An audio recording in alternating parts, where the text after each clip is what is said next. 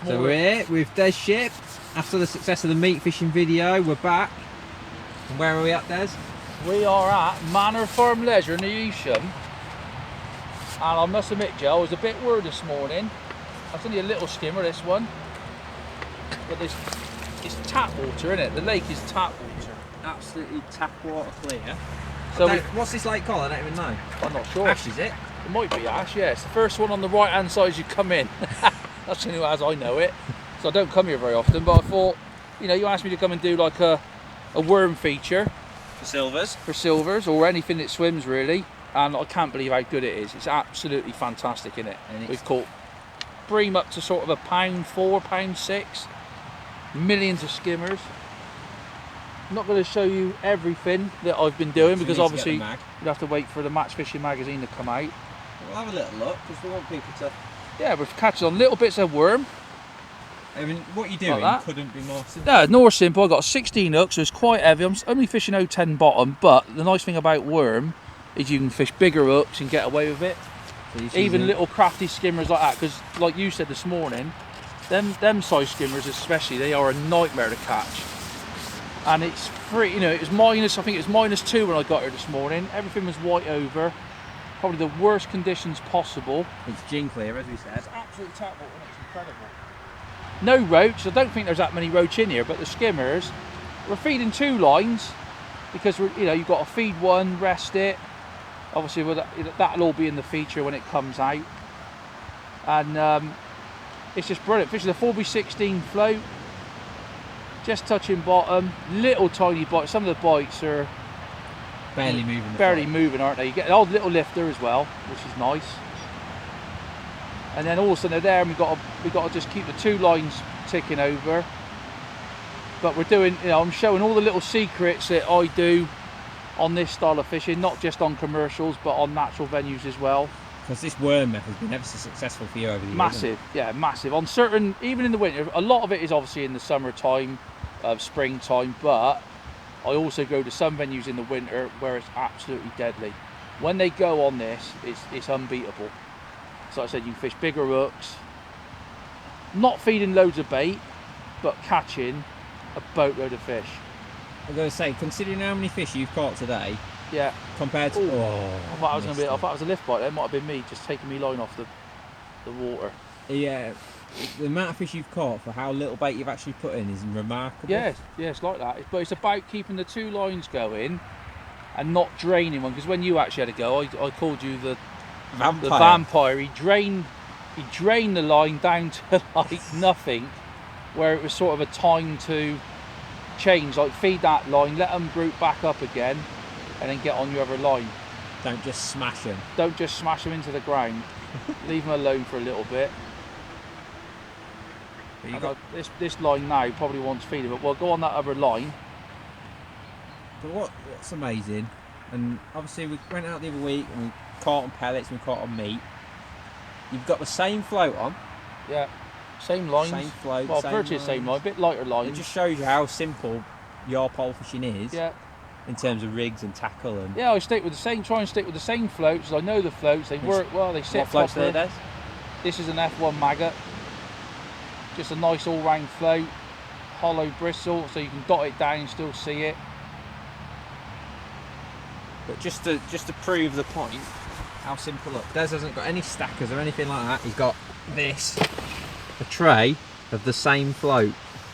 They're actually from 015 power line down to 011, so I can use them for roach. Because obviously, to me, if you use lighter main lines, your float sits better. You get a better presentation on your float. Because you don't use back shots, do you? No. I know some people do. I don't. I can't sort of get on with them really. Where have the fish gone? What's going on, Joe? You killed it. Turn the camera off. There was one there then. A little indication. Well, on the YouTube comment section, the last few videos we've done, we've not actually caught a fish live, so come on, Des. You're the man to do it. Yeah. And that's what them little skimmers are like. I think that's a little skimmer. That might be something else, Joe. What, a roach? I don't know. A little baby skimmer. I keep saying to the punters... We caught the 2 smallest skimmers since we've been on on camera than we've caught all day. But these are your bread and butter fish on some venues in the winter, and they're really hard to catch. Yeah, they do weigh. You always think you've got nothing. Yeah, and then you weigh and you caught 20 pound of them. I think that's really important now, because I've had it loads of times where you think, oh, I'll just catch these, pick your net out at the end, and it's like, what? Mega weight, mega weight. So that was like literally on the way down, and you'll find that even on clear water like this, some days they're on, you know, even though you fed your bait to try and catch on the bottom, they do come off the bottom. So I think they come off the bottom and all of a sudden they all go down again. So what we're fishing, 14.5 today? Fishing 14.5, I think I probably would have caught it 13, but when I seen how clear it was, I mean, I don't know if your camera can pick that up, but it is proper clear. Ridiculously clear. It's quite deep, isn't it? Yeah, it's just over, it's probably 7 foot, which is probably helping a little bit.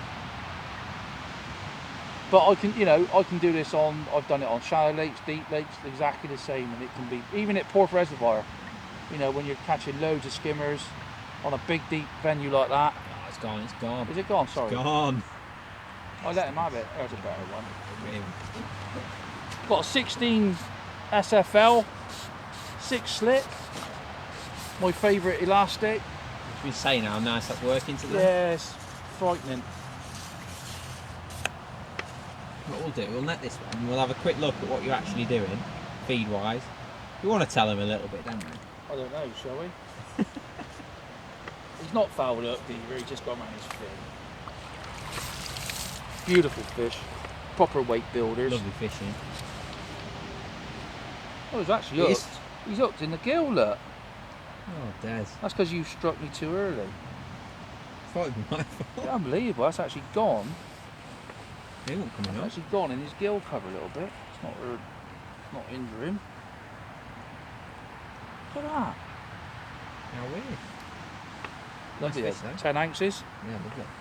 So I'm going to top that other line up now, just to show you guys what I'm doing. So let me shimmy round there, and we'll have a little look. I'll get out from under me bivvy. Because Des has kind of lent me a brolly. Because he's that kind of guy. Right, Des. Get rid of that, it's been raining. First of all, well, I'm going to chop a few more worms up. Well, not used loads, have we? This down so we have a little, so we can see what's going on. So, Groundbait, first of all, what Groundbait are you I've got Matt's Method Mix, and I've got a bit of that. I thought that's just like a natural groundbait, Super Crumb Black. Yeah. Because I don't fish here, I thought, when I go to a venue like this, which a lot of us do, when we're not too sure about it, I thought I don't want to put a full fish meal groundbait in, because if there's a lot of roach about, I think sometimes a full fish meal groundbait ain't right. Yeah. So I thought I'd do like a 70-30 mix of Black F1 and Super Crumb Black, and they're all over it like a rash, aren't they, really, to be honest. So one way of putting it. Yeah. So we're fishing worms. Fishing worm. I'm not chopping loads and loads up. As I need them, I'm chopping them. So we've got 3 blade scissors. 3 blade scissors, best in the world. You're not washing them or anything like that? Not really. I'm just trying to let them clump up in the bowl. in the container there, and then picking the fresh ones out. So, and I'm not mincing it to a mush either. Palm your hand, just to give an idea for the folks. There's an odd bigger piece in there because the fishing's good, and you can vary that as you go. If it was really, really tough, I could mince them down more, but I don't think that's right today. So I keep them separate. I don't mix it all in at once. I've got another little container there. It's a bit messy because it's been raining. Wash my hands off. So I get a little. Well, I think this is key. So small handful like that. Worms, yeah. If you wanted to, you could put some dead maggots in there. You could put some casters in there, some pinkies. But when I'm fishing like this, I want to just try and keep the worms. If I'm catching on worms, I try and just put worms in. I think that's really important. The fish are hunting for that. There's nothing else for them to sort of find. And I think over the years of doing this, that's what I try and do. Some days you can't catch on worms, and you might have to put a maggot on the hook or a caster. But I got me ground bait there. It's not a wet mix. It's quite dry. I'll just put literally a little bit of loose ground bait in, and so I mix that around. Yeah, roll it around. And you can vary that. If you go to a venue, you know, obviously you think, I want to put more ground bait in, you can put more ground bait in. But today, for me, it's literally coating those worms. Making a little ball of putty. A little ball of putty. And you can just see that just holds together. You can actually do that in your hand if you want. can just hold that together. Yeah. So there's loads of worms, but unless you put that ground bait in, it's never the same. No. If I was roach fishing on like a shallow water, for instance, you could even use neat ground bait. And sometimes what I'll do, if I'm kinder potting, I'll put the neat worms in the bottom of the pot and just cap it off with a bit of loose ground bait. But I think it's too deep for that today. You want to be down to the bottom. So what we'll do, we'll top that line up that was gone a bit quiet. And a nice little thing, if it does go real quiet, you can even, and we done that earlier, didn't we? Put a bit of loose in. And it was unbelievable how it turned the peg on. Trick that was. So we'll put a bit of loose in, because it did work last time. And I think it just sort of, that bit of loose just covers the bottom a little bit, makes a bit of an area. Bit of a cloud as well, probably. Yeah, a bit of a cloud. So that's my right hand line. We'll go back on that. You've just got to think about it. You just, without them two lines, your catch rate definitely will slow down. So just before you ship out, what you got? So bulking 2. Bulking 2, really usual setup for you. Yeah, simple. I've got 2 number 9 droppers and a bulk of number 8s. Yeah. And from the hook to the bulk is probably 18 inches. And let's have a look at the little look bait before you ship them out. A little bit of worm. Bit of worm head. I'll just show you actually. Let's put nice and proud. The hook stands proud. Yeah, you can get away with, you know, a 16 when they're having it. So just get me a decent sized dendra, hooking through the head. Make sure it goes through straight. So when the worm actually sits down straight, I see a lot of people, it starts sitting off at angles where they've not quite hooked it right. Make sure it's down straight. Use your nails or a pair of scissors, and you can nip that off at different sizes. But today, we actually done it earlier, didn't we? I had a piece on about that big, about an inch. The same, and you wouldn't think there was a fish in your peg. So let's just see, catch one more. Then I'm going to get back under the brolly, Des. The rain stopped since you've got the night. It's alright, isn't it? Well, mate. Let's just over there, because I'm terrified now, sort of over in. No one would want to see that. Right, back on it. So obviously this is the line to the left that I've rested, yeah.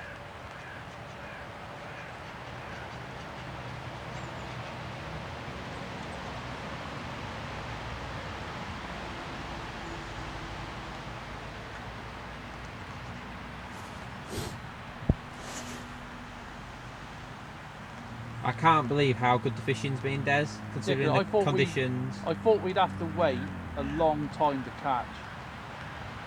And it's been, but that line, it's weird, one line was really good at the start, but the other line was slow. But as soon as we put that loose in, it's sort of got both lines going. When this went down, oh, look at that, that was a, did you see that? Sorry, it barely moved, did it? And I think the water must be, I reckon, 5 degrees. It is absolutely bitterly cold. Are the koi at home still feeding, Des? Well, they're trying. They're a bit like me, moving very slowly. No, I think I checked my water temperature in my pond yesterday. It was 8 degrees. And I would have thought after last night it'd be down to like 6. Come on, skimmers, don't be shy. And it don't seem today, does it? It don't seem today. It's not the day you can top up a line and go straight in on it. No. You've got to get away from it. Let them regather. Yeah, let them come back in your peg. And this happens sometimes. You go on one line after leaving it and it's slow. And sometimes you might have to refeed that again. Go back on that other line. It's sort of chopping and changes. It's sort of technical fishing, but really, really nice. It can't carry on how it was because you'd have ended up with £80. Yeah, I know. But that'd have been nice, wouldn't it? But it wouldn't have been much copper for a winter, winter feature. There we go. Tiny little bite like that. A lot of your fishing's like that, though, doesn't it? Yeah, that's what I say to people. Say to people that was a bite, and they know it never moved. I'm like, well, it did move. Look at that. Lovely stamp, aren't they? Tremendous. Doesn't get better. Another 10 ounce. Well, thanks, Des. Thanks for showing us that. Alright, no problem. And buy the full feature in the January issue of Match Fishing magazine. And don't forget to subscribe.